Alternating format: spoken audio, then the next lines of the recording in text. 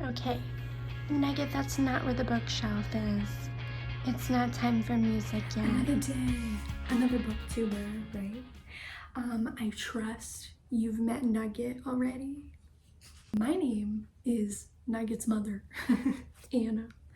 And it is a pleasure to be here with you. I don't think you would believe how long it's taken me to get here. I don't believe how long it's taken me to get here. It's kind of embarrassing.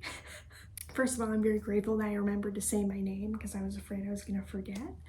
But also, I want to say that I have watched YouTube consistently for 14 years now. My journey with YouTube has gone through phases, as most people's have. It was all about challenges and then all about vloggers, and now I mostly watch like Booktube and music related stuff, and that's ultimately why I'm here. I'm here for books, for literature, and for music. Today we're just focusing on introducing you to my bookshelf, or should I say 3/4 of my bookshelf. I'm not showing you the very top because it's my all-time favorites, so I want to do a separate video for that. But I'm very, very excited to run you through everything. Also because a lot of this I honestly have not meditated on or thought about in depth in a very long time. So one point of clarification, among other things, and kind of what to expect from me. I'm not someone who hoards hundreds of books, and I never will be, so just know I'm never gonna be like bookshelves and like, you know, it's each their own, but I'm definitely number one a library girl at heart. That's where I get like 90% of my books, and so whenever I have them, obviously I'll try my best to be able to utilize like the physical copies while I have them, because I know when I watch videos I like seeing people holding them in their hands. Also, I'm very particular about what's on my bookshelf. I very much want books and any entertainment I want to like accurately represent me, and so if I don't love something, I'm not gonna own it, I'm not gonna keep it. There's been times where I bought things I think I'll love and then I don't, so I get rid of it. But yeah, I very much want what I own to represent me, so nothing on here is under 3 stars. I'm a writer, and so I've written short stories, I've written poetry, I have 2 novel rough drafts. I primarily am working to rewrite one of my novels right now that I wrote back in college, which was longer ago than I want to admit. I just realized though, I cut my first point short about YouTube because I just went on a tangent, but I've wanted to do Booktube specifically for at least 6 years now, so almost half of the time I've watched YouTube I've wanted to create content. So I just wanted to give a shout out to my biggest inspirations and the people who made me really feel like I can fit here, because I'm not someone to like really stay on top of a billion new releases, and so I just want to give a big shout out and thank you to Emmy Reads, it's Carolyn Marie Reads, to Hannah at A Clockwork Reader, and to Charles at CSOP, because in various ways each of them has affirmed my tastes, affirmed me just bringing all of who I am alive, and I'm sure as I get less awkward here, you'll see more of me come out, which is very like goofy and witty. So I'm excited to just ultimately connect with people over a billion different passions. One thing about me is I'm a fangirl through and through. I will proudly wear that title, and because of that, I have this limitless amount of passion God has given me that I'm myself always amazed at the amount of things I can have so much love for. Like that like cute aggression, but it's like books and music, and it's so many things, and so I'm so excited to connect with all of you and see maybe where we cross over with different fandoms and things that we're nerdy about. So yes, I'm very excited. The last thing about myself that I wanted to know, because I feel like well, you'll keep learning a lot about me. I tie probably too much of myself to entertainment that I love. Like, it's probably a problem, but yeah, so you'll find out plenty about me. But last thing I just want to note, the other big reason that I love this, look who's here, and I'm doing this is because I double majored in, you heard her, creative writing and communications. So I'm very connection oriented, specifically like text to text connections. I think I at least alluded, I also love music, so my goal is the channel will be half Booktube, half, is MusicTube a term? I'm going to use it as a term because they're my two loves. And so part of that excites me is I want to get book people into music more, and I want to get music people into books more.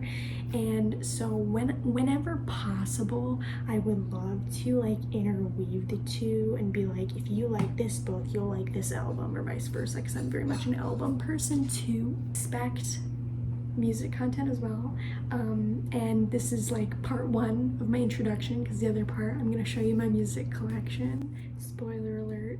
Another big thing that I think is important for multiple reasons to just immediately put out there is I am a Christian, and this is important for, like I literally just said, multiple reasons. The first of which you'll soon see, I have a whole Christian section on my bookshelf. The second of which, again, my unique flair to my channel.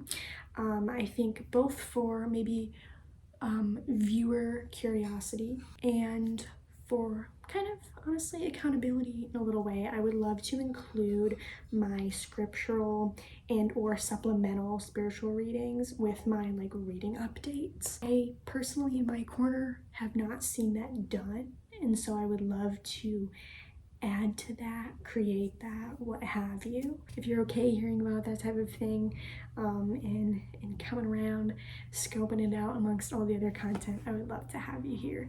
And obviously I'm going to be talking about so many things that you love in either books or music that are not inherently Christian. So do not let that deter you from thinking you won't like what I'm going to talk about. Yes, I'm a very introspective, cerebral person, very philosophical in nature, and I think you're going to find that with a lot of my reading tastes. What you can expect in terms of how I rate things, what I like to read, who might like what I recommend, etc. I try to be objective as much as I can wherever possible. Sometimes, obviously, like anyone, I have subjective ratings, but overall, I read to learn and I read to empathize. I think a lot of people enjoy escaping, and that is not me. I do not read to escape, though I primarily do read fiction. I read to learn more about humanity and empathize with life experiences that are not mine, ultimately, because I think that's one of the most loving things that I can do and that I want to do with my life. And reading is a beautiful way when I'm maxed out socially to still engage with humanity and learn these authors' worldviews, or just the things that were important enough for them to want to write a book about, you know, like that's huge. I like taking stories, taking things in books, and then I think the best books then turn you externally and make you want to do something outside of the book.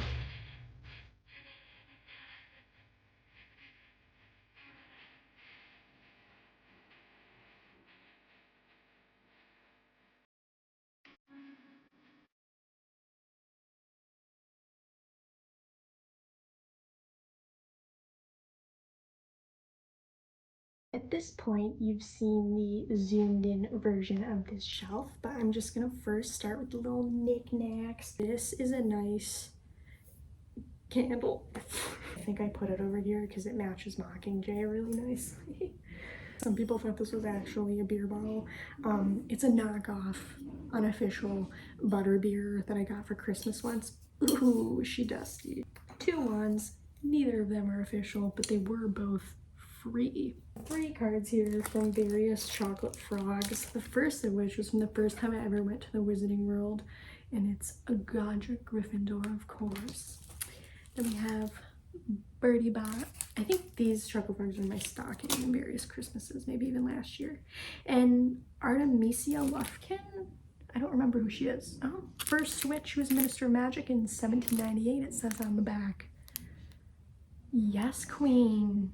She ain't focusing. There we go. Harry Potter is the reason I wanted to read before I knew how to read. I'm the youngest of 4, and so I grew up. First memory of books is seeing my siblings reading Harry Potter. So I wanted to read because anything my siblings did, I wanted to do the same thing. I didn't want to be like left behind just because I was younger. And so I remember like learning how to read. And then I just remember like the first thing I wanted to try reading was Harry Potter. I was probably like seriously like 5 or 6 years old. And so obviously I was not like legitimately reading. Basically what happened is I picked up the first book and I read like a chapter or 2 and like just like physically flipped through the rest and was like, I'm done. Basically I did that with the second book as well. Just like read a couple chapters and then pretended I read the whole thing. And then the third book I remember was the first Harry Potter book that I actually read all the way through. So fun fact, I would read and reread and reread a billion times. This copy of the series I bought myself. I want to say when I graduated college, my grandparents gave me a bit of money for buy myself a gift, and I was like, I want my own copy, because we only ever had our super battered family copies that we all shared growing up. So these are my own copies. Other stuff here. First of all, we have a case of Beasts from Fantastic Beasts. As you can see, there's a little niffler hands there, so it's legit. When I was in elementary school, I always loved these types of books that have like 3D materials inside. Like I was obsessed. There would be like dragon books my friends would have, and I'd be like, that's so cool. There's like 3D elements in something that's normally 2D. Are you kidding? I think this is a fantastic movie. I would even argue, honestly, maybe this is a hot take, I think this is probably the best movie in the entire Wizarding World franchise. I would say even if you've never seen Harry Potter, just watch this movie. You don't even have to watch the following movies, just watch this one. And here we got Fantastic Beasts and Where to Find the screenplay, and then Crimes Grindelwald screenplay. So they're basically word for word the movies, but there's little additions that were cut out in the final scripts here and there, but by and large they're mostly the same. This is obviously the most gargantuan and heaviest book on my whole shelf. This is the Page to Screen Complete Filmmaking Journey. Honestly, I would love to look through this again because this gave me so much respect for filmmaking and the Harry Potter franchise as a whole.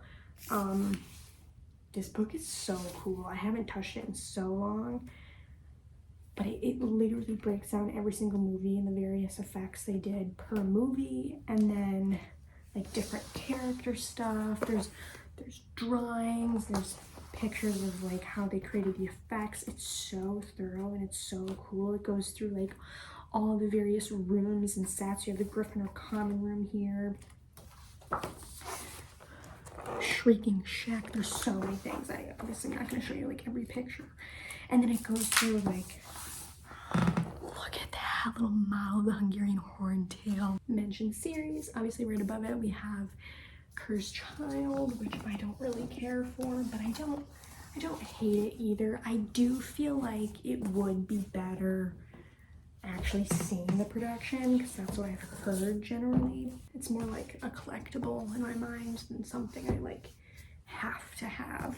I have the little Hogwarts library. This one's actually newer. I didn't like grow up with this, which is the original non-movie version of Fantastic Beasts and Where to Find Them. Just a list of all the beasts. And then Quidditch Through the Ages, which is entertaining, and Tales of Beetle the Bard. These are very pretty copies, by the way, and they're very colorful. This was my sister's copy of Tales of Beetle the Bard, but she didn't want it, so I was like, I'll keep both editions. My aunt got me the Ichabod when it came out. This was just okay. I didn't think it was fantastic. It's more just like a story about this kingdom that she would tell her kids growing up that she like actually just put all together. The coolest thing about it is it has drawings by kids. Honestly, it was forgettable. I gave it 3 stars, I think. Then I have my mini music section, which is just 2 books. I'm like every other person my age. I went through my Hamilton phase, so of course I have Hamilton the Revolution. This breaks down like the lyrics and different notes on the lyrics, and then it also has drawings and photos. Yeah, I feel like I actually haven't properly listened to Hamilton in a long time. I mainly have like the first half memorized. I feel like the second half I had parts memorized but not the whole thing. My favorite person from the original cast is Leslie Odom Jr. And then growing up, my first boy band obsession was the Jonas Brothers. The real JB, not Justin Bieber. You got them on the back here. If you know, you know. Like, if you know this, you're a real one. I don't own the cover anymore because it got ruined. This is just everything of the Jonas Brothers and them being on tour. And I just remember thinking this was the cutest photo of Joe. I was a Joe girl all the way. And honestly, I like rewatched Jonas last year and I was like, yeah, he's definitely the funniest brother. So right here we have the Hunger Games series, which I just reread. We can talk more about it later. It aged so well for so many reasons. If you have not done a reread for a very long time. And then I have Ballad of Songbirds and Snakes. I'm obviously so jazzed about Haymitch's book coming out. Way more than Songbirds and Snakes. I thought Songbirds and Snakes was okay. I thought the movie adaptation was good. The book, I may have just read it at a bad time for me in 2020, but the book didn't wow me. I gave it 3.5 stars. I thought the ending slowed down a lot and kind of lost me a little bit. Most of these are like by genre generally, but some of these I just had to like fit somewhere, as you'll see. So in here we have John Green, the Anthropocene Reviewed. I mainly wanted to own this because I have a podcast, which I'll talk about in the music video. Some of them I definitely liked more than others. It definitely is like a book where if you don't have the exact same like niche interests as him, it'll make or break it. Because for me, it's like I love Super Mario Kart, so reading that was so fun. But for other ones like the Yips or Bonneville Salt Flats, it's like, okay, new information, but it just felt very info dumpy for the things that I was not interested in. Here I have some children's books I love because of Winn-Dixie. I feel like I would love to reread this. I have not since I was a kid, but I remember watching the movie. I feel like I loved watching anything with Josh Hutcherson or Sophia Robb and that era, you know, Bridget Terabithia and everything. I also was obsessed with Series of Unfortunate Events alongside Harry Potter as an elementary kid. And I would reread these. I'd probably alternate the 2 series, and those were like the main things I ever read. So this is the first one, The Bad Beginning. We used to have 9 through 13, or at least my sister did. And then the most ironic thing happened. My parents' basement flooded and they all got ruined. And I think that's hilarious. As an adult, I think I just read slightly clunkier than when I was younger, mainly because it's like you stop and learn about words along the way, which is like really smart, obviously, for Lemony Snicket to do with kids. But as an adult, it kind of feels a little, it very much like slows down the pacing, basically. But we're not the primary audience anyway, so it is what it is. Look at that, I forgot I had Bridget Terabithia, so that's the other one. And then iconic, grew up watching these, Sisterhood of the Traveling Pants. This is the movie cover version. And then kind of miscellaneous over here. First, I have a grammar book. This was from my grammar class I took, and I was like, I'm gonna keep it just in case. I'm very nerdy about grammar. I love grammar. You can never go wrong with having a grammar book. I sound like Aunt Josephine, speaking of serious unfortunate events. And then over here, as you can tell, it's 2 copies of the same thing, and it's one of my novel rough drafts. So not showing you that. And then next to it is currently empty, but I did have my other novel rough draft that I'm currently working to rewrite on there. Obviously it's not there because I'm working on it and I want it out where I can reference it and everything. So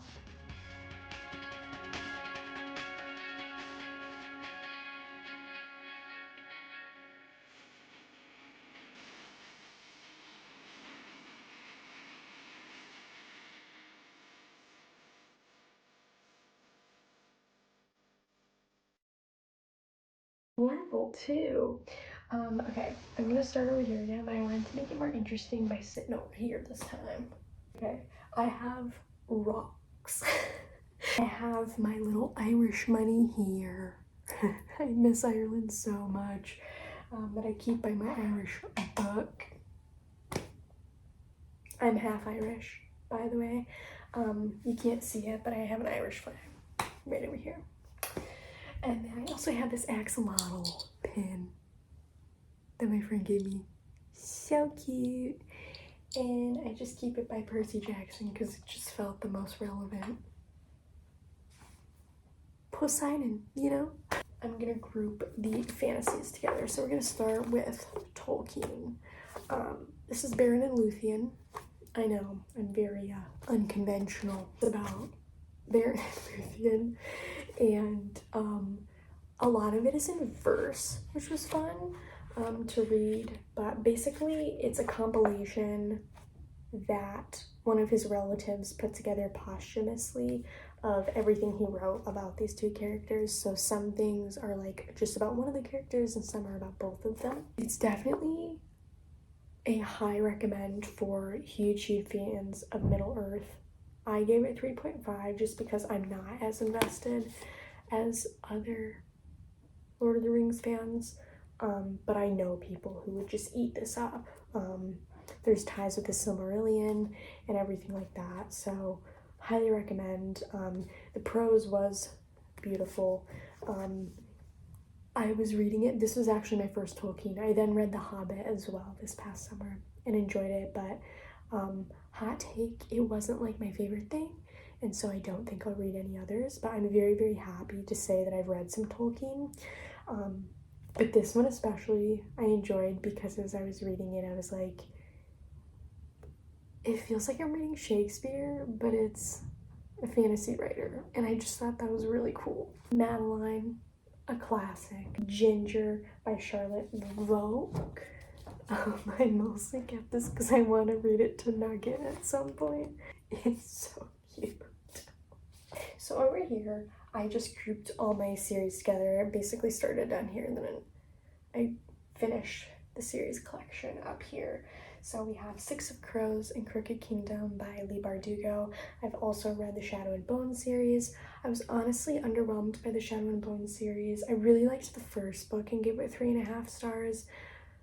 But then I thought the second book was a bit redundant plot-wise, and then the third book I actually DNF'd because most of what I read was about them traveling, and I just thought that was not very entertaining to read. But I love 6 of Crows. I gave 5 stars and 4 stars. I loved both of them. Inej is easily my favorite, and this is more nostalgia for me for high school. I read A Great and Terrible Beauty trilogy, which I'm still in the process of rereading. I reread the first one like a year or 2 ago, and I want to reread the second one for sure this winter. May or may not also reread the third one. I gave the first one 4 stars. It was a nice, like, nostalgia hug. That feeling of like something that was really cozy and comforting at the time, and it like reopens that same feeling for you. So a bit more subjective of a rating, because there is a little bit of like racism as well, which is not great and didn't age well. And then we have, of course, Percy Jackson, which I got back into this year from watching the show at the beginning of the year. 1 and 2 are with my brother currently, so I don't have them, but yeah, it was a fun reread. I also listened to some of them, and then I listened to books 6 and 7 that recently came out the past couple of years. I don't think I'm gonna continue when 8 comes out. They just felt weird compared to the first 5 in terms of like the characters were older, but it felt like they were still acting like they were as young as the Lightning Thief. I mainly love the Lightning Thief. That's definitely my favorite, but I also think Sea of Monsters is a great adaptation of the Odyssey for kids, and the other ones are all great. I think there's good character development there. I think Percy Jackson mainly just reminds me of, well, first of all, my love for sass. That's probably one of my other favorite parts of the series, but also that feeling of like really corny, stupid middle grade movies that I love. Like, I grew up watching like Open Season and Ice Age and all those goofy, silly movies. I think Percy Jackson captures that same goofiness really well. Then we have Divergent, and admittedly, of all the things in the series here that I've reread, I have yet to reread Divergent in adulthood because I'm really scared. I'm scared it's not gonna hold up. I do not hate it solely for the last book. In fact, I'm pretty sure Legion is the first book I like bawled my eyes out at, and so for that, it actually holds a bit of a special place in my heart. Divergent as a whole holds a special place in my life personally because it was the first time I ever read a protagonist who was petite, and that was a really big deal for me. It was the first time I really felt like I could see myself as a heroine. As an adult, I'm really scared to reread them because I feel like the writing, more than anything, is probably going to be bad, but I will let you know when I'm gonna pick it up. And then right here, whoop, we have my little Irish history book with Barack Obama on it. Obviously not because he's Irish, but he's drinking a Guinness at some place in Ireland, and the Irish seem to love him. So he's there. Basically, this is just like a reference guide. It's kind of a starting point for a lot of Irish information. I did read the entire thing, but it's really just kind of a reference book, not like a book or even like a history book. There is a lot of history in it, though. It very much starts like early like prehistoric Mesolithic history, and then goes into like politics and spirituality and spiritual movements and wars and all of that, of course. I got it when I went to Ireland with my school, my senior year of college. We spent 3 weeks there, and it was 3 of the best weeks of my life. I would love to go back to Ireland. My great-grandma was born in Donegal, and I didn't get to visit Donegal, so I would love to at least go back once more and visit Donegal. But also, I just cried leaving Ireland. I loved it so much, and I just think the Irish are the nicest people ever. I identify so much with a lot of their traits of just like being stubborn and always finding a silver lining. That's very much who I am, and being almost annoyingly upbeat. At my core, I just am an upbeat person, and that's definitely brought a lot of joy in my life. It's also brought me a lot of insecure people in my life who can hate that I'm such a naturally upbeat person, frankly. But anyway, this was kind of my starting point of like getting a broad scope of a lot of Irish topics, because I would love to get into a lot more Irish literature. We have Julie Andrews' book Little Bo that my best friend Fran gave me one birthday, and it's basically about a cat that finds its home, and it's really cute. And here's the one and only icon herself. Then we have, this was gifted to me by my grandparents when I was itty bitty, and it's The Truth About Kittens and Puppies. So, had to keep that. I don't remember the story at all. And then 2 Nathan Pyle books because he's so fun. The first is the Alien Comics Strange Planet. I've also read Stranger Planet, the sequel. I just love the way he creatively describes things that we regularly say in a new way. I just think that type of wordplay is so fun and also funny. I feel like my humor has a lot to do with, like, Nuggets playing with the axolotl. My humor has a lot to do with using oddly specific words. I think that's so funny. And then the Sneaking, Hiding, Vibrating Creature, which my sister gifted me for Christmas 2 years ago because I really wanted it to be like another story to read to Nugget, which I did the night I got it. And then I feel like I'm gonna forget these because they're not on this shelf, so even though it's out of genre order, I'm just gonna share them now. The first is Anna Karenina by Leo Tolstoy. This one I read this past year, and I can talk more in depth a bit later, but I also love getting tabs that match the book cover. It makes me very happy. This one I tagged, let me check. So I always do just like favorite quotes, which is the dark purple. I had forgiveness as a theme, which is like the light purple. It looks almost white. And then I thought it was interesting, the blue were themes of disgust. I just found it an interesting contrast to forgiveness. And so that's what I tabbed. Yeah, I love doing the run your fingers over. It's like my favorite sensory thing to do. My experience with this was overall unexpected. I did not expect this book to be as depressing as it was, frankly. And I do get seasonal depression, so it was a poor time to read this. And that's why it took me like 4 months to read, because I had to keep putting it down for my sanity. This is Sam Albury's book. This is a Christian book, What God Has to Say About Our Bodies. I read this last year, and it was a 5-star. This is fantastic. Basically, the premise is too many Christians villainize bodies, or the flesh, or physicality, what have you, let alone like purity culture. And so this is basically redeeming the narrative with plenty of scriptural sources to say, no, like Jesus had a body. He also ascended to heaven with a physical body. So yes, we will get a new body. But the key word being, we still have a body even when we'll have a new body. So bodies are important. Don't throw them out with the bathwater, you know.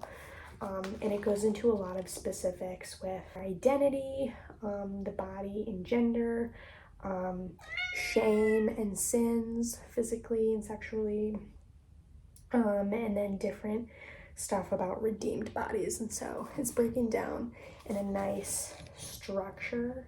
Part 1, created bodies, part 2, broken bodies, and part 3, redeemed bodies. And I love that he consistently brings in scripture. I don't regularly read Christian books because I know a lot of people can misuse scripture, but he's very, I believe, sound in the way that he analyzes scripture and brings it into his thoughts.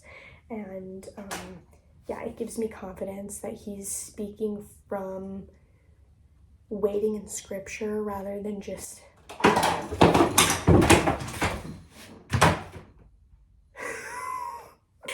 dying at my reaction. I just watched. Nugget was on my dresser and she knocked my vinyls over and I thought they broke, but they... Basically what I was saying is I can trust that he's like waiting in scripture and that's where his opinions are coming from rather than like pulling it out of his... I've definitely read Christian books and it's like I find out after the fact, like, yeah, they were using stuff out of context. And then this is a poetry collection that I recently read by my favorite Shannon Lee Berry at Berry Happy on Instagram. This is called Increased Risk. It made me cry. It's about invisible/chronic illness. Shannon mainly suffers with chronic migraines and Crohn's disease. And so just know this is very validating if you suspect you or someone else is struggling with something, or you are diagnosed. It's broken into a sad section, an angry section, and a hopeful section, and I love how she wades in all of that emotional processing. I think it's really, really great. I have 3. I technically own many, many more from my grandparents, but 3 Calvin and Hobbes collections. I'm a big Calvin and Hobbes girl. That is what I grew up on.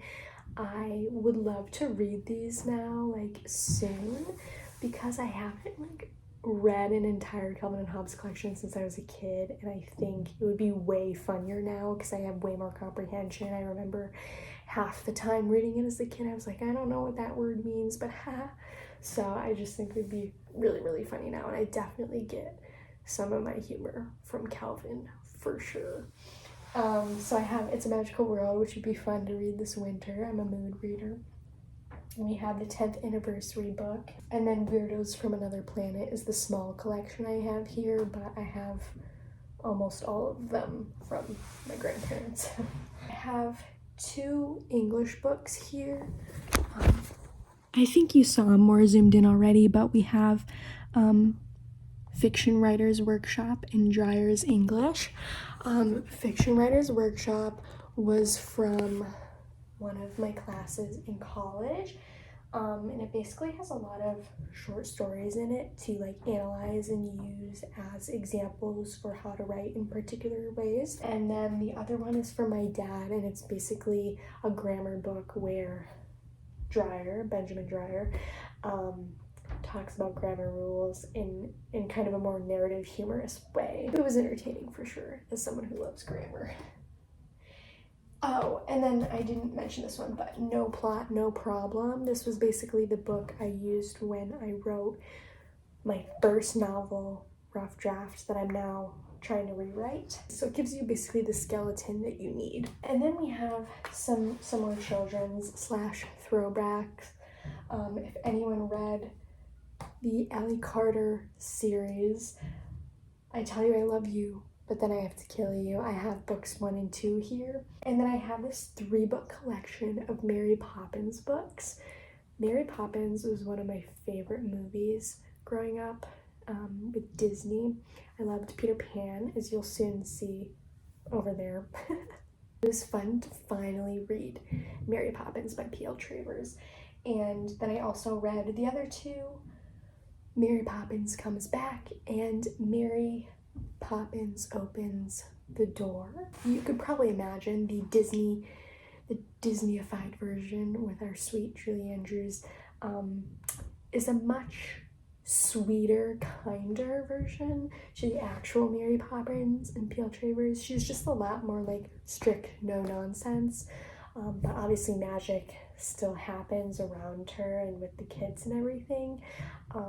The books are also a lot more whimsical. It's very much one of the most whimsical magical things I've ever read. Books 2 and 3 kind of build off it with her and the kids, and I think pieces of books 2 and 3 were also woven into the remake, or at least the Mary Poppins Returns, right? That the newer version with Emily Blunt.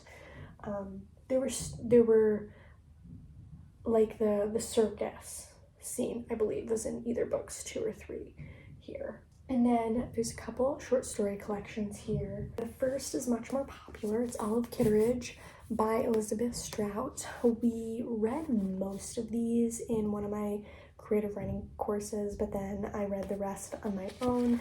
This is about an elderly woman named Olive, and she's either the protagonist in every story or she's a supporting character or a background character in the others.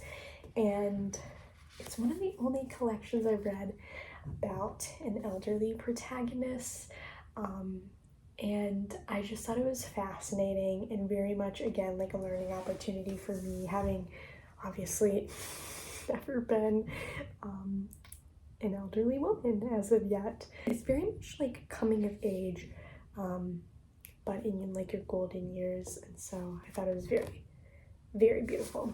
And then this I love even more and is very, very obscure. It's Hybrid Creatures by Matthew Baker, and this is actually an alum from my alma mater, who I actually got to do a short story session with, where he read and gave me feedback on one of my stories, and he was so kind, and I loved talking with him, and I gave this 5 stars. He's a fantastic short story writer. This is the coolest conceptual short story collection I think I've ever read. Each story utilizes some type of craft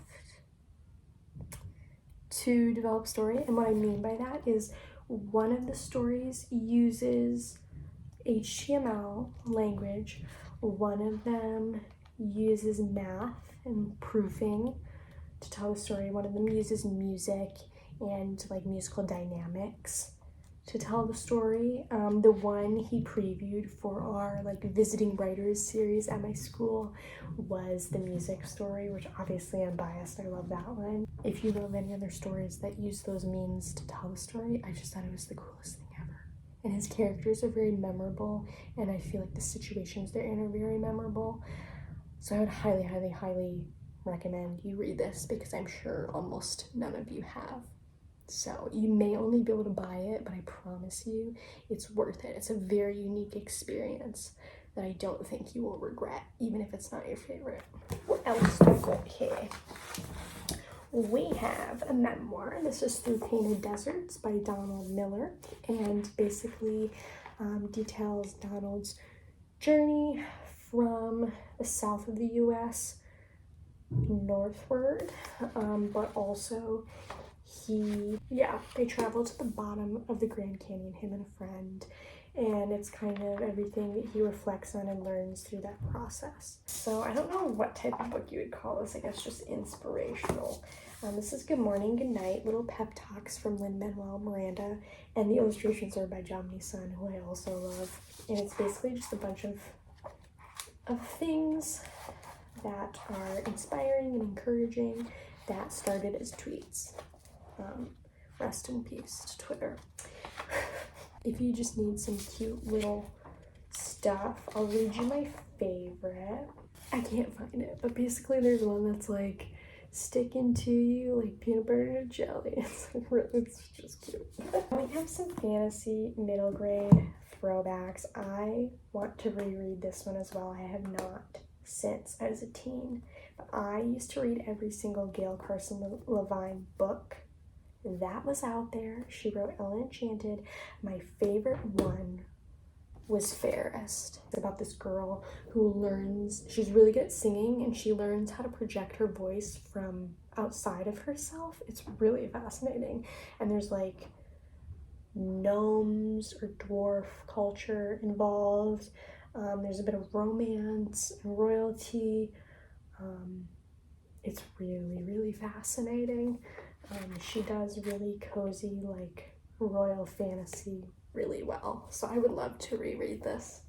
And then another classic that I was gifted that I did not have on my list, but I'm very grateful that I read, is The Goose Girl by Shannon Hale. This one I also loved, and it was the coziest fantasy I'd read since like my middle grade Gail Carson Levine days, honestly. I read this in 2018.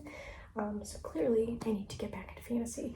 And then another non-fiction I thought was very, very good and gave 5 stars is The Anxiety Field Guide, Healthy Habits for Long-Term Healing. Can you imagine why I would have this? Fun fact, anxiety. Jason Cusick. I almost said Joan Cusack. Yeah, I had a lot of highlights in there. I don't like reading self-help, but if I do, like this one, it's because it has action steps.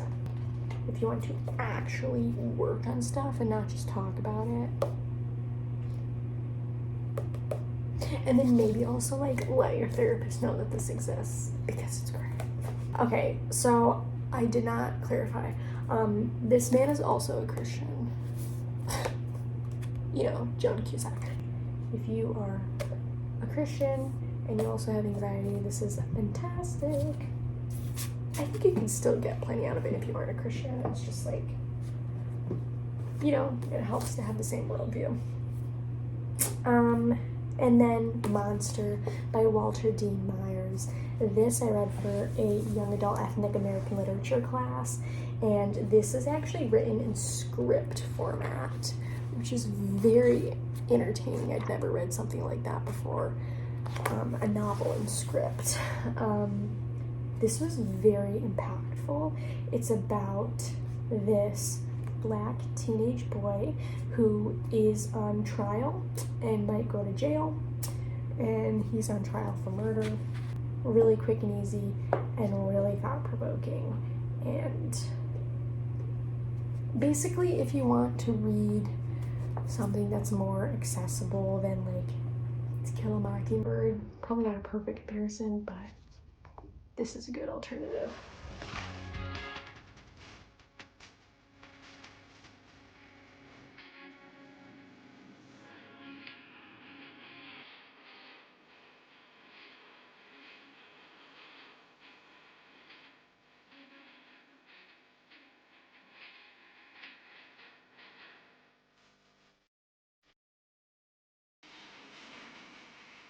Thank you for sticking with me.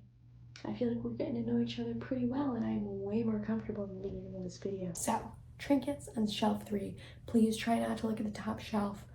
I really want to talk about that another time. No spoilers. Please, please, just look here, please. Peta, childhood figurine. Candle, little Faith trinket from a high school friend. I'm pretty sure this is technically called a prayer candle. This is from another aunt, and I have yet to light this one. This shelf is classics, contemporaries. Those are my two favorite genres. Then we also have a little bit of poetry, a little bit of nonfiction, and a lot of Christian. So, who wants to talk about classics? Also, they're organized in genre by author. 2 copies of Peter Pan, and they're both gorgeous. This one, I've only ever looked at the pictures because as gorgeous as cloth-bound books are, I don't like touching them because I know that they rub off. Peter Pan was the first story, even before Harry Potter, that I ever loved. Obviously, I realize there's some racist aspects to it.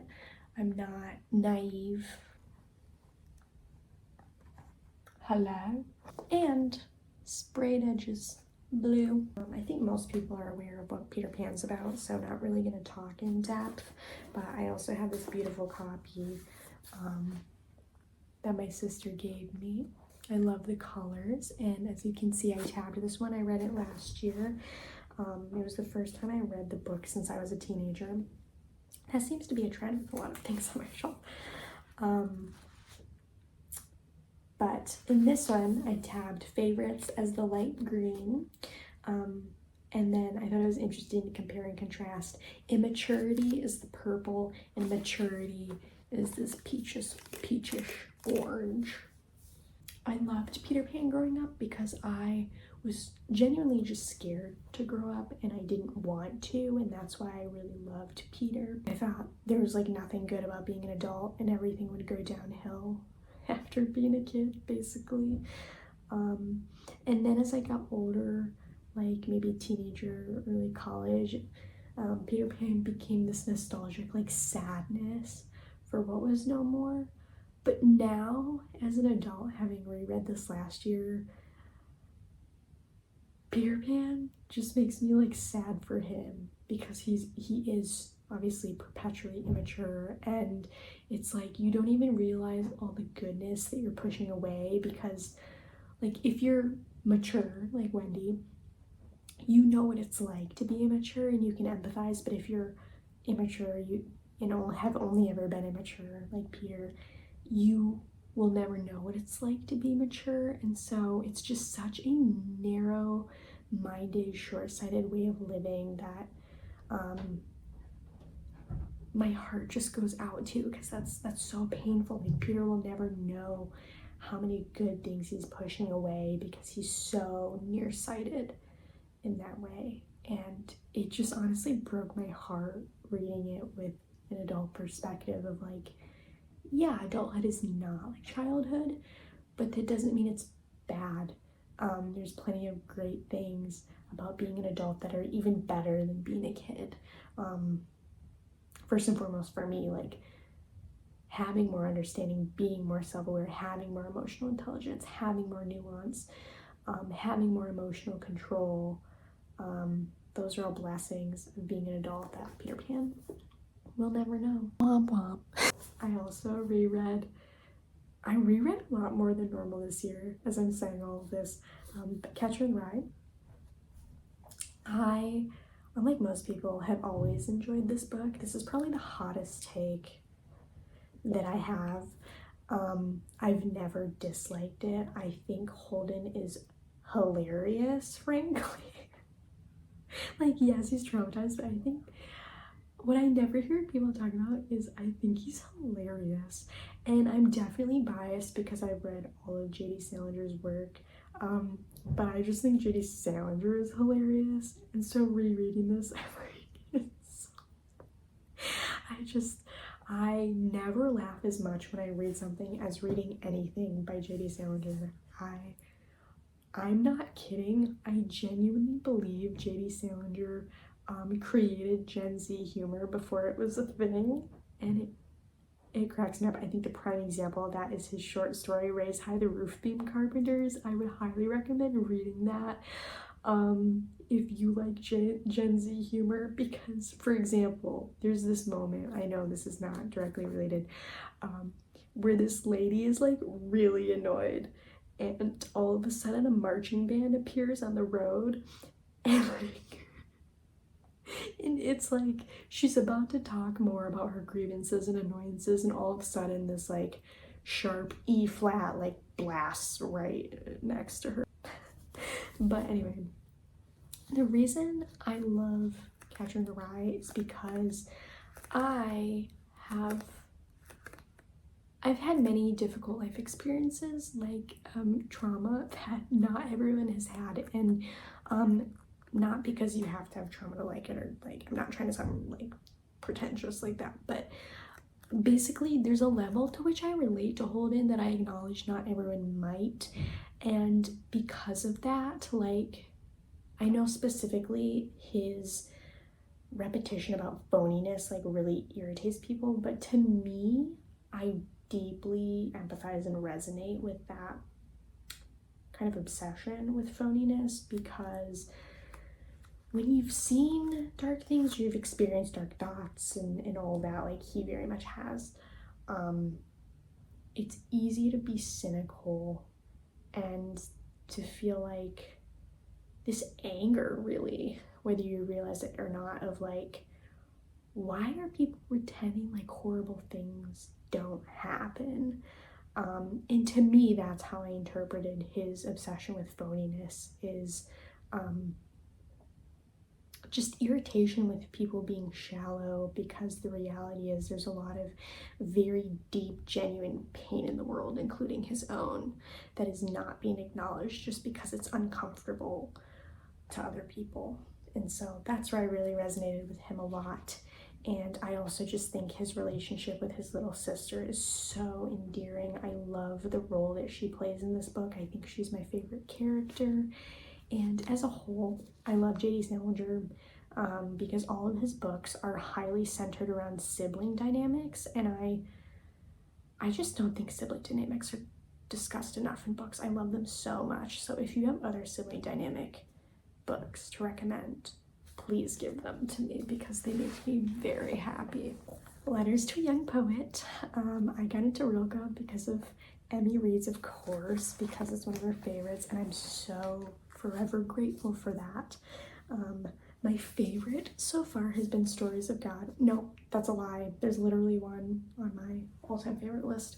So, Stories of God is one of my favorites. I honestly read this for a 24-hour readathon. I read it so fast though because of that, so I would love to reread it for sure in the future. And obviously it's easy to reread because it's really bite-sized, but basically, yeah, it's just his writings to a real-life poet, and they were very encouraging and inspiring, and definitely something to like take your time reading. I just knew it was short, and I like picking short things for my readathons, so, but it was very good. Highly recommend. And then we have my beautiful, beautiful copy of The Picture of Dorian Gray. I read this. We have these Gryffindor-esque colors that just so appropriate for how beautiful this book is. This is definitely one of, if not the most beautiful book on my shelf. So pretty. And the gold pages. I read this with my book club. I wanted to read this for a long time. This was one of my picks that we read together. I enjoyed it. I gave it 4 stars. There was the one section about like jewels that I thought was a bit of a snooze fest. I thought it was way too in-depth and a bit out of place compared to the rest of it, but by and large, like everyone says, the writing is just really beautiful, and I think what really makes this story memorable, as well as the ending, is just like iconic, really, and unforgettable. For those of you who don't know, it's about a man who has a portrait drawn of him, and as he does bad things, the portrait ages and becomes gruesome, but he stays the same in real life.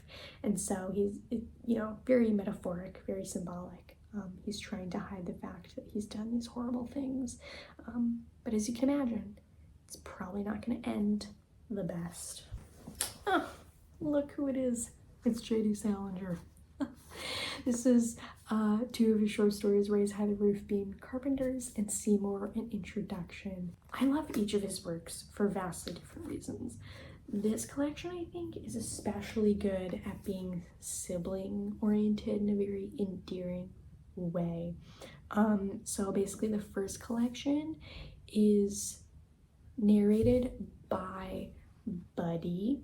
So basically his short stories, or rather his novellas, sorry, I keep calling them short stories, they're novellas, they center around the Glass family. And even Catcher in the Rye is supposedly written by Buddy Glass, who's really the narrator in both of these stories. So that's like not quite the same connection, but it has a vague theoretical connection there. So the first story is about Buddy going to his brother Seymour's wedding, and it's basically about him meeting some of the guests there. Seymour did not show up, so it's very much like analyzing his attitude towards his brother, which is why these books are paired. Because then we have Seymour, an Introduction, which is Buddy's thoughts on his brother posthumously. Because this doesn't spoil either of the stories, but Seymour ends up committing suicide. And so this is obviously pre-death and this is post-death. And Buddy's reflections are so beautiful and sentimental and heart-wrenching, and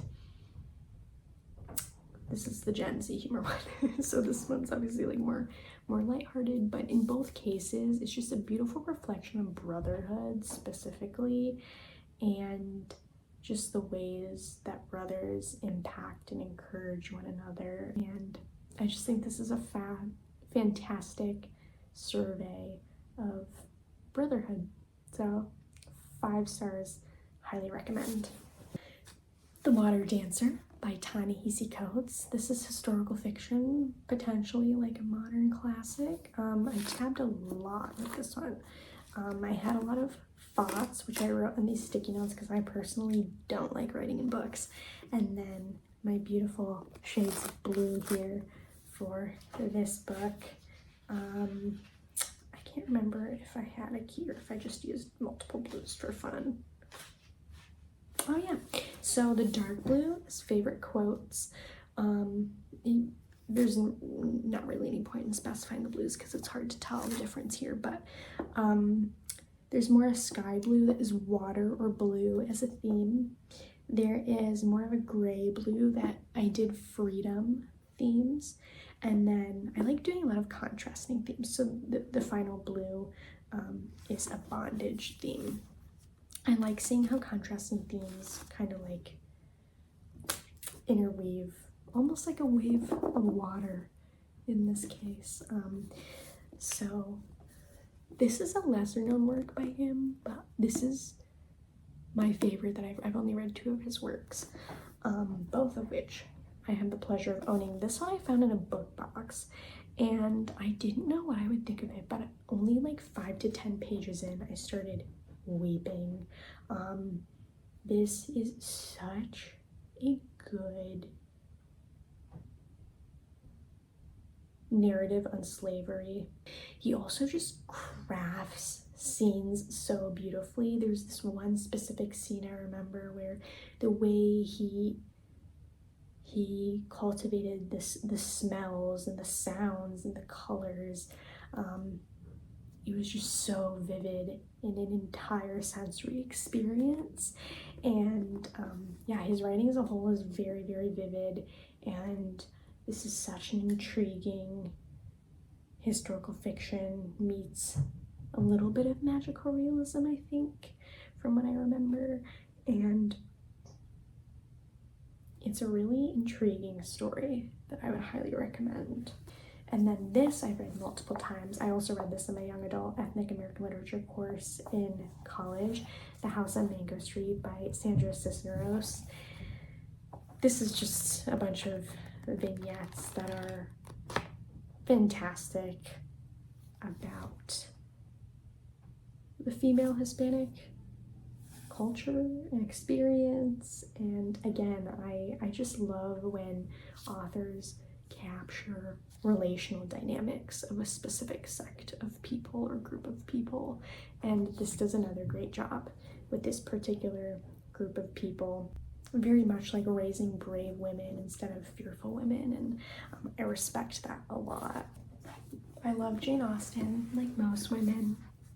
I've read all of her main novels. I still need to read her more obscure works, but I own, ironically not her most popular, but I own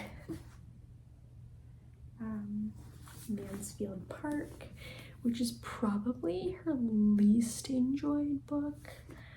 It's the most chunky for sure, and it was definitely the most slow moving, but I actually thought this book had her most realistic characters, like, because it was so slow, the slowness of the character growth felt so real to me. And you definitely have to be in the mood to go at a snail's pace to read this, but if you like realistic mundanity, and even irritation and how people don't change as fast as you want them to, this is a really perfect depiction of real life relational irritation. Then we have Northanger Abbey. This was one of the first books I read with my book club. This was like the beginning of COVID, and so classics are like easier to access when the libraries were shut down, which is why we picked this one. But I think I expected this one to have more action than it did, which is stupid because I was obviously very familiar with her work at that point. Not that it never has action, but it's obviously not what you think of when you think of like modern action.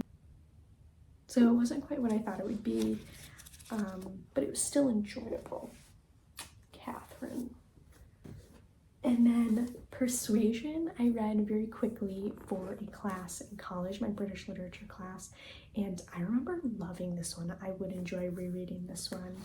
I feel like it's underrated for sure, but I just remember certain scenes I really loved in like the garden, and I just thought this was fantastic. Not much else to say. These two are next to each other. They were both gifts from my dad. The first of which I actually DNF'd, so I would like to retry it at some point. I have no idea when, but that is Henderson the Rain King by Saul Bellow. This is about this man, Henderson, who journeys to Africa. He's a millionaire, middle-aged, and he's just, as it says in the back, he's seeking a more rewarding life. And so it's kind of two cultures clashing from very different socioeconomic backgrounds.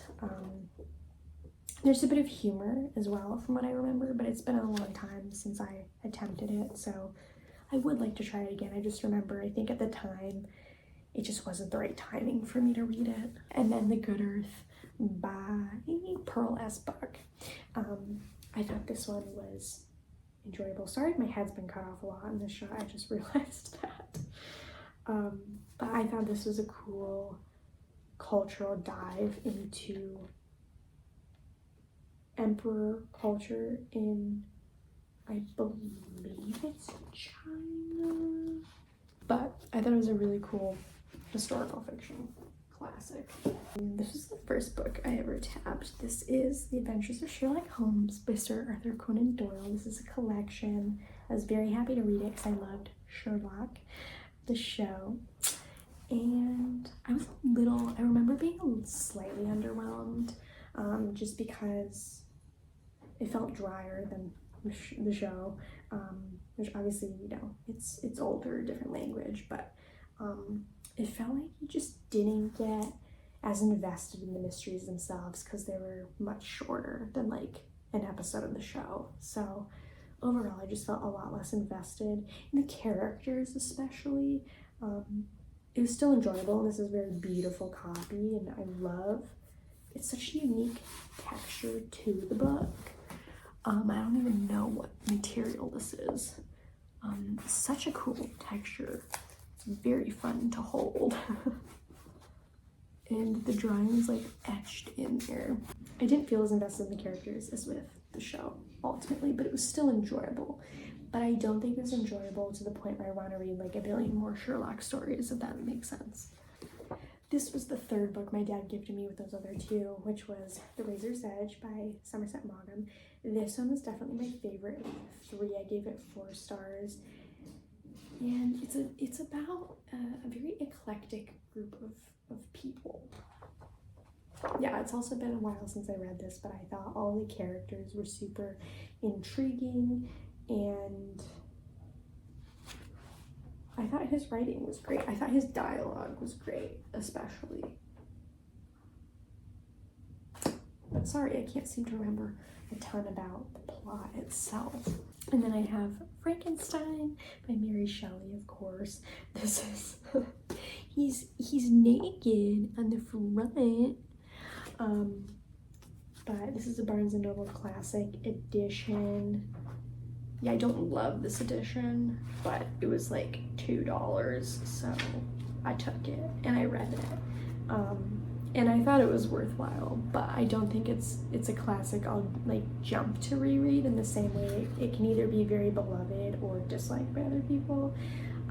For me, it was enjoyable, and like I get the layers of symbolism, but it just didn't wow me in an overtly memorable way. And then Night by Eli Wiesel, which I love a lot and kept from my historical literature class.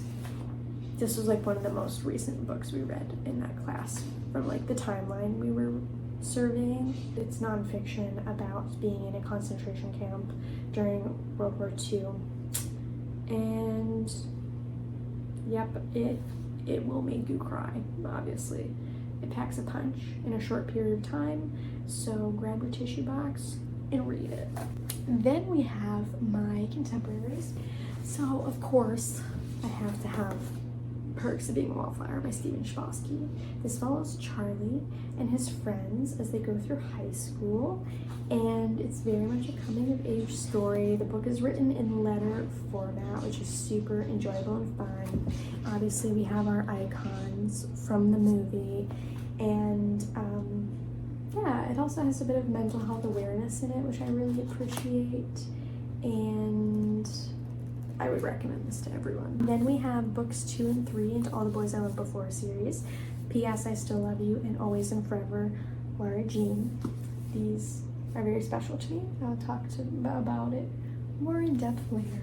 This was gifted to me with that trilogy, and it's Since You've Been Gone by Morgan Matson. This was, I was like, okay, I'm sure it'll be like, you know, a little romp, but nothing overly impactful. And I was pleasantly surprised. This is about a girl named Sloane who, she's trying to complete this bucket list. So the book is like broken down by her bucket list that she's doing throughout the book. Her best friend goes missing, and so it's a cool like coming of age story, but it's simultaneously a narrative on friendship. And I can't say too much because I don't want to spoil it, but it was a very cathartic read in terms of friendships that I didn't realize I needed to read.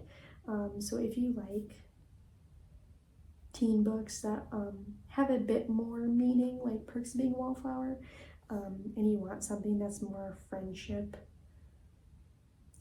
focused, I would recommend this. It was very entertaining. And then I got this from Owl Crate when I did that subscription box once for a class. Actually, I was like talking about subscription boxes, and in it I got Foolish Hearts by Emma Mills. This was enjoyable, but it was more a high school romance drama that I felt I'd outgrown by the time I read it in like 2017.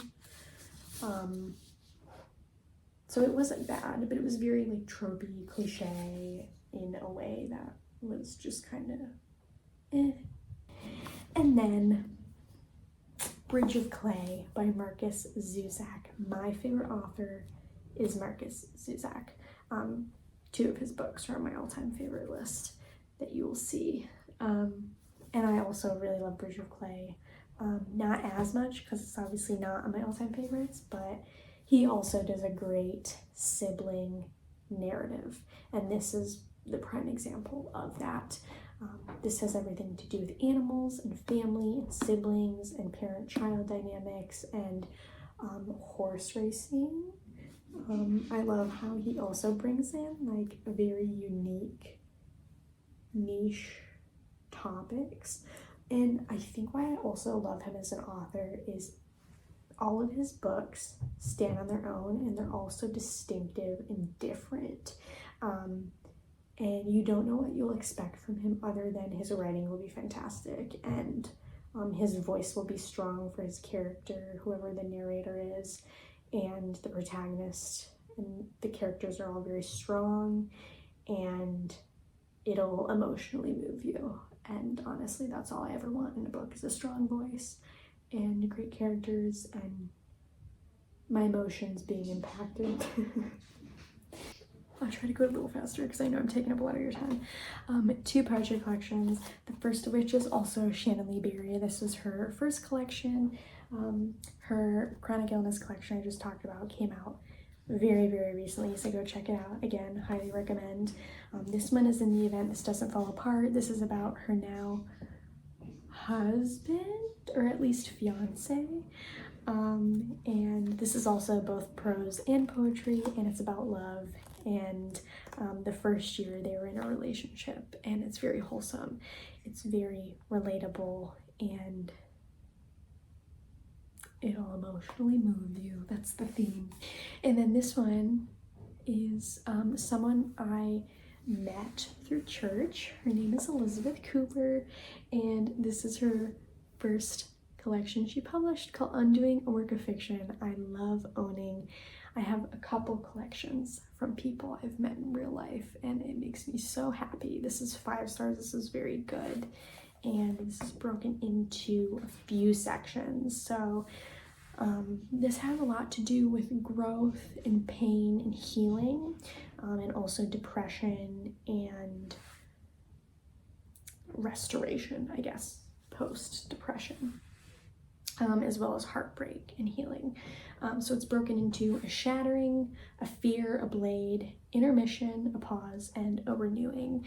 And I loved the renewing section especially. There's some really great religious themes there that are fantastic. So back to Ta-Nehisi Coates, Between the World and Me is his most popular nonfiction, writing to his son about racism and being Black in America. It was good. It was good. I think it also did not go as in-depth as I expected it to. I think I just like left wanting a bit more than he gave me, but it was still very impactful, very thoughtful, very wise. Amanda Gorman, Call Us What We Carry. This I also gave 5 stars. I think I'll talk about it in a later video, but even if you don't like poetry, if I had to recommend you one poetry collection, I would recommend you this. There's a lot of cool parallels. You have parallel between slavery and modern racism, and then you have parallels between plagues and COVID-19. She does a lot of cool stuff here and a lot of processing that a lot of us have not or continue to not do, and that is why you need to read this. The Way Forward. This is a poetry collection by Young Pueblo that I found at a bookstore. I'd never read him before, so I'd not heard of him before, even though I know he's semi-popular. Very simple in terms of poetry compared to the other poetry I read, but it was actually a very encouraging collection of like what types of relationships of any kind are healthy and what to wait for, what's worth pursuing versus what's not. And so I've had a very like big social transition year personally, and so it was very reaffirming to read and remember what's worth working through and looking for and everything like that. Very popular book that I only read this year, 7 Husbands of Evelyn Hugo by Taylor Jenkins Reid. I think most people know what this is about, but Evelyn is this fictional actress who's retired from Hollywood, and she asks this writer to come meet with her and help her write a biography, and there's some really good twists in it. There's a lot of great sexism discussion about Hollywood and entertainment industry as a whole that I thought was fantastic. And then my other personal collection is For Eleanor by Lauren DiCamillo.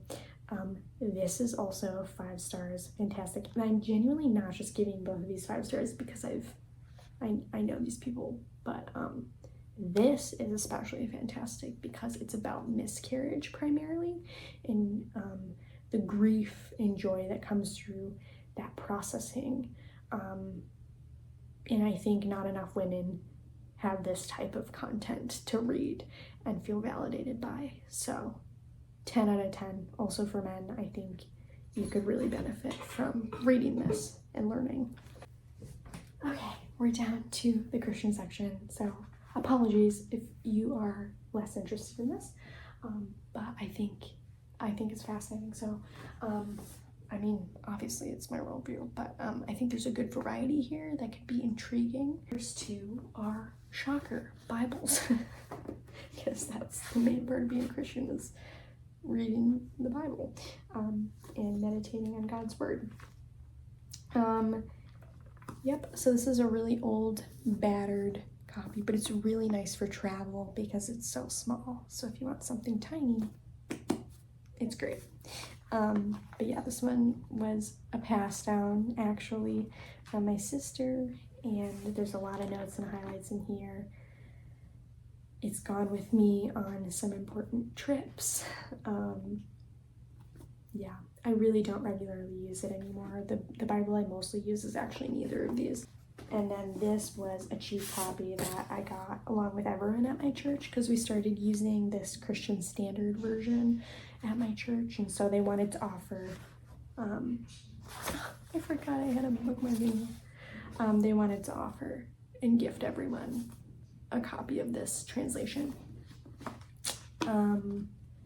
Yeah, this one's obviously a cheap copy version, but it does the job, and it's really cool to compare Bible translations because there's so many, and it really makes a difference with interpreting various passages of scripture. And then this little sheet is also from my church, and yeah, it's how to deal with someone who has sinned. It's a little flow chart that I find really interesting. So basically it tells you how to deal with something. So it starts off with, is this a criminal matter? Yes or no. And then from there, is this person a Christian or not? And then from there, it just keeps going. It's really fantastic. Oh, it's specifically if someone has sinned against you, what to do. And so as someone who very much likes organizational tools, I really appreciated this and wanted to keep it. So I talked about the body book earlier, so this next one is by the same author, Sam Ellery. This one, as you can imagine, is a hot button because it's, is God anti-gay? And other questions about homosexuality, the Bible, same-sex attraction. So my pastor actually gave this to me because I have a lot of LGBTQ plus friends, and so it's something that I constantly wrestle with, both Christians and non-Christians. So I just want to give a shout out. I think a lot of people think Christianity and the LGBTQ plus community have to always be disparate. There's a very real population of people who intersect both of those communities, and not enough people acknowledge that they exist, which is a huge disservice, first of all. But I'm definitely not one to shy away from difficult topics, and so I was very grateful to have this and read through this. If you're curious, obviously now you know what it is, to go look and read it yourself. But yeah, I really appreciate resources that dig into topics that are very near and dear to my heart, and obviously very near and dear to the people that I love. And so this type of thing is very, very important to me. This is an apologetics book called On Guard. So basically this is like various questions people might have about your worldview, why you believe what you believe as a Christian. And so basically it's kind of a resource of like knowing how to answer huge questions people might have. This book more so focuses on like the big things, like how the world was created and that type of thing.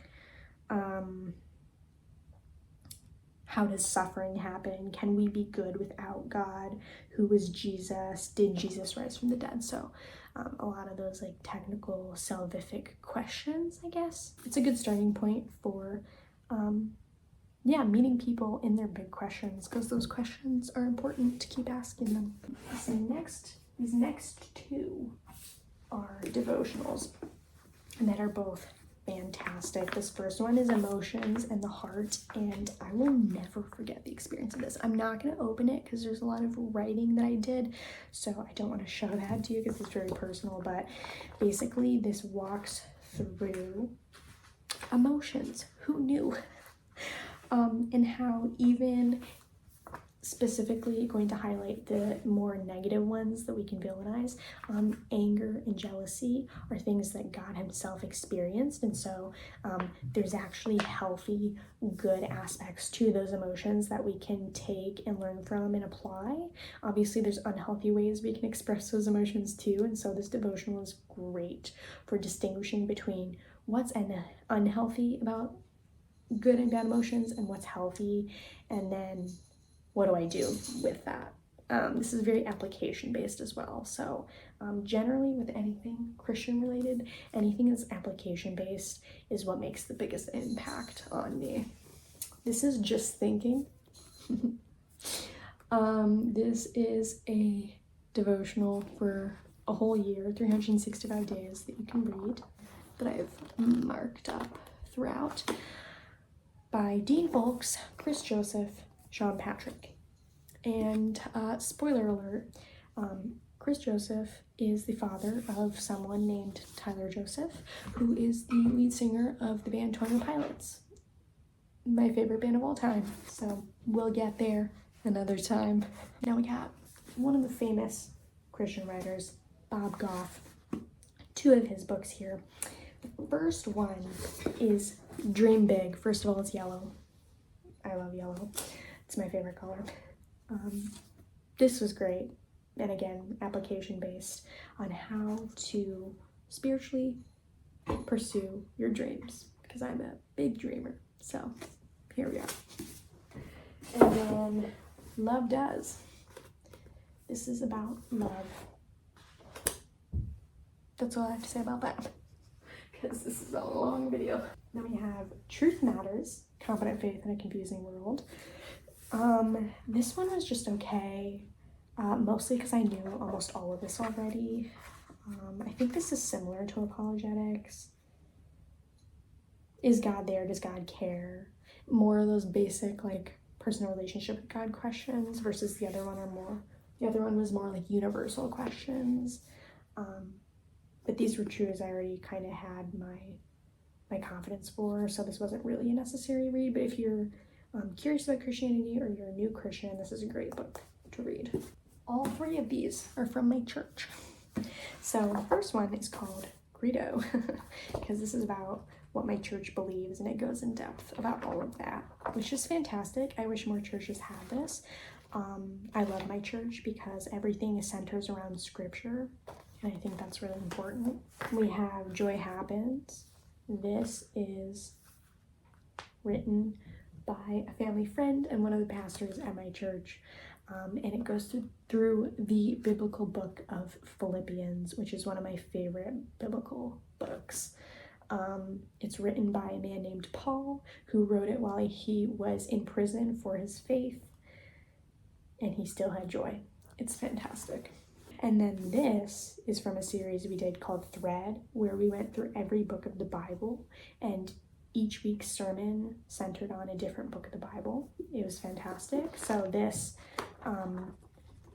both chronicled every week in that series, which obviously was like over a year long because there's so many books of the Bible, but then there's also a few reading plans in the back and some maps in the back. So you have like an Israel map. Oh, there's also a family tree. And also a map of the Mediterranean region. So there's some cool stuff in here. So aside from Sam Allberry's work, this is my other favorite Christian author book, which is Emotionally Healthy Discipleship. Really anything by Pete Scazzero, because there's a couple others that are very similar to this book. This basically takes Christianity and crosses it over with psychology and emotional maturity. A lot of application, and you get to assess where you're currently at with your emotional spiritual connection and then work on it. And this was specifically as a leader, because I helped lead a small group, was why I read this specific discipleship one. But there's also one for relationships and then just for yourself individually. So these are money.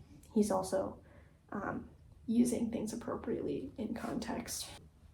Then we have another very popular Christian author, Lisa TerKeurst. This one is The Best Yes, which my sister gave me, and this is about making wise decisions.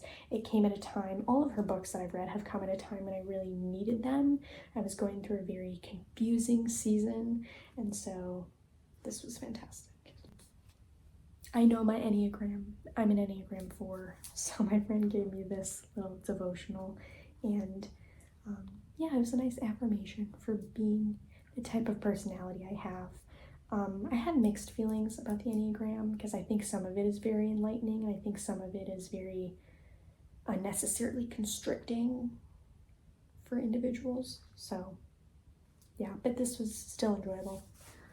And then Jesus Calling by Sarah Young, which I read this when I was a lot younger, like early college, I think. It's a 365-day devotional, and it's written from the perspective of Jesus, so that makes me feel iffy about it now, because it's obviously not scripture, it's not the word of God. So can she really do that? Is that really appropriate? I don't know. I don't know how I feel about it now, and I haven't touched it ever since I read through it all the way. I probably won't, honestly, again, but yeah, there's that. Weird note to end on, I guess. So now that I'm parched, thank you guys so much for meeting me here. Literally, nice to meet you. I'm really, really excited for everything we're gonna enjoy together, and I'm excited to nerd out so much more. I feel like, again, I'm particular about what I want to actually like purchase and own, but this doesn't even close to represent who I am literarily. There's so much more I've read, there's so much more I love, obviously, like up here. I think you know that, but I'm gonna go and I'll see you soon. And this was so much fun, so thank you for entertaining me and meeting me. Bye!